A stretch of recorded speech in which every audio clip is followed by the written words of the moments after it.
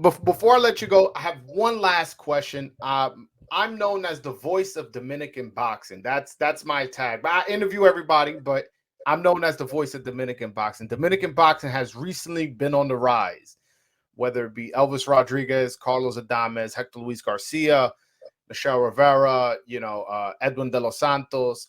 What do you make of the recent rise of Dominican boxing?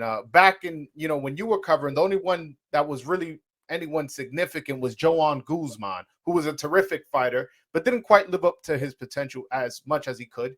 He What do you didn't make of the seek, he recent did rise? not seek the best competition. He was unbeaten for a long, long time and never really took a big fight.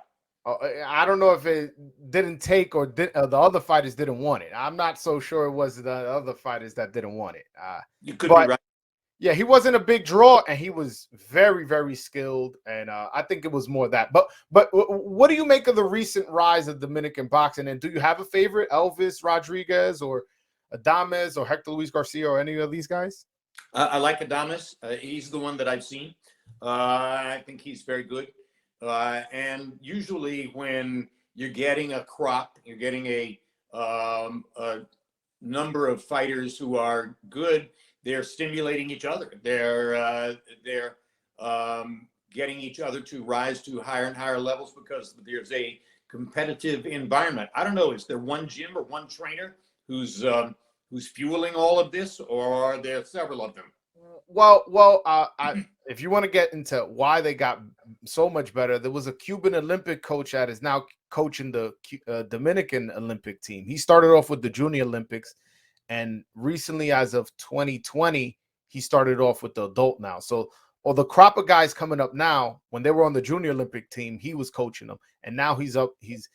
And then now currently in the pros, Bob Santos trains most of them. He trains Carlos Adames, Alberto Puello, Hector Luis Garcia, Eric. Well, Mini that's Pac-Man usually Rose. that's usually the way it goes. Mhm. There's some linchpin trainer or gym or something that anchors a culture, and the culture grows, and you start to see a number of fighters. You may remember not too long ago, 3-4 years ago, there were a half dozen or so world championship contenders from Ukraine, and that was entirely because of Lomachenko's dad.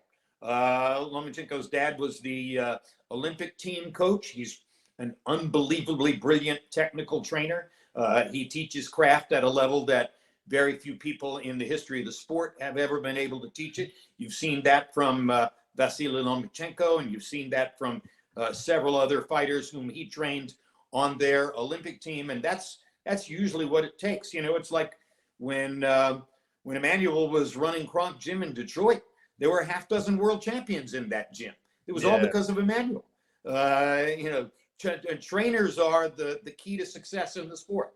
Yeah. Elvis Rodriguez is trained by Freddie Roach, who Elvis Rodriguez is a southpaw who is one of my dearest and closest friends, and who is a great trainer. Right. In fact, let's see, behind me here, I see there that. it is, on Freddie Roach. That's awesome. My documentary series about him on HBO. All right. Well, Jim, listen, I don't think you've ever had this in-depth interview on video, and I'm glad it's on my platform. I thoroughly enjoyed it. I'm thoroughly grateful that you gave me this opportunity. Well, you're right. I've never done a 2-hour and 10-minute interview before.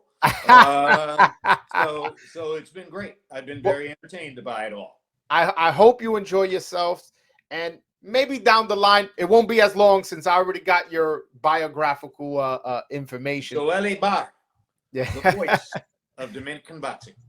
Okay. Can you just say that again? Broadway Joel, the voice of Dominican. The voice of Dominican boxing. Yes. Thank you so much, Jim. Hopefully we could do this again. Hopefully this won't be the last time. One hopes. I'll talk to you later. All right. Thank you so much.